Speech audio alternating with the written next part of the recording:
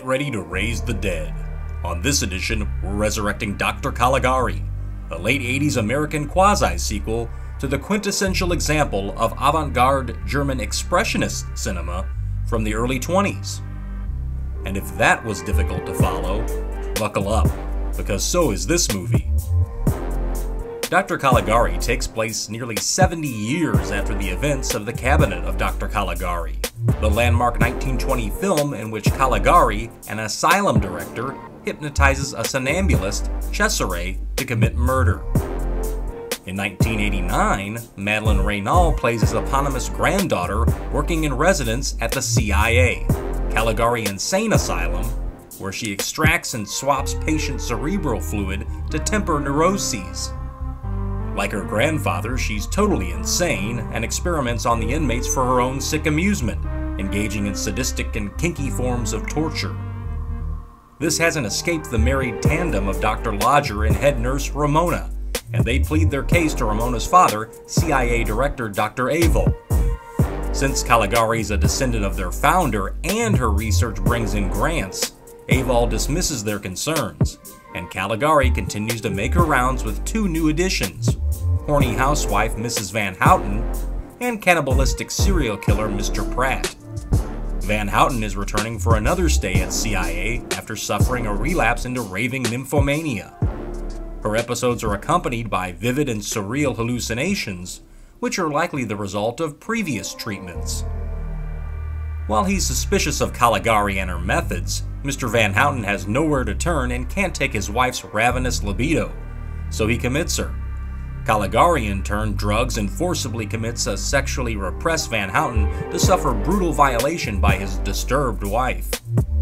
Caligari supplies masochistic Pratt with electroshock therapy in exchange for gory details of his crimes. It seems Pratt has a literal taste for young girls boiled in a stew, with the eyeballs sautéed.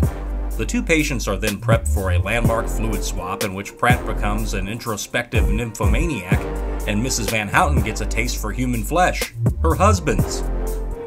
Dr. Avol arrives and confronts Caligari only to end up as one of her experiments when she injects him with an overdose of Van Houten's fluid, turning him into a transgendered sex maniac rechristened Babs.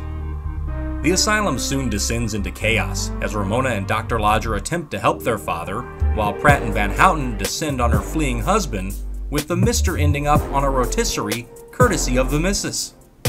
Elsewhere, Caligari preps herself for an injection of her grandfather's preserved fluid. It all reaches a bizarre climax when a now criminally insane Van Houten interrupts Caligari. She forcibly injects Caligari with Van Houten's fluid, while Van Houten injects herself with Caligari's. The Lodgers then restore order with Caligari and Van Houten swapping roles. The doctor is now the patient, and the patient is now the doctor, a sly nod to the plot twist of the original. However, besides Caligari and an inmate named Cesare, there's little connection to the 1920 narrative. The film does, however, revisit the Expressionist style for a modern audience. From canted angles, surreal set design, and exaggerated acting, Dr. Caligari captures it all in modern color and sound.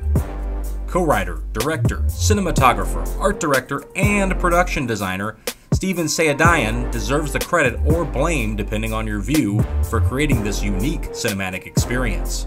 Better known for directing X-rated features including cult crossover Cafe Flesh under the name Rinstream, Sayadian went the R-rated route on Caligari, allowing it to gain a larger cult following as a midnight movie. Sadly, it's still too weird for TV, and releases on home video have been spotty at best. Fusing the body horror of David Cronenberg with the kinky erotica of Russ Meyer and irreverent humor of John Waters, the out-of-print Dr. Caligari deserves availability for those that seek it out.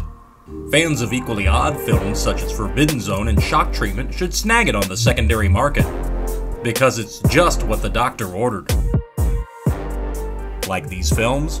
Be sure to subscribe for notifications on future episodes.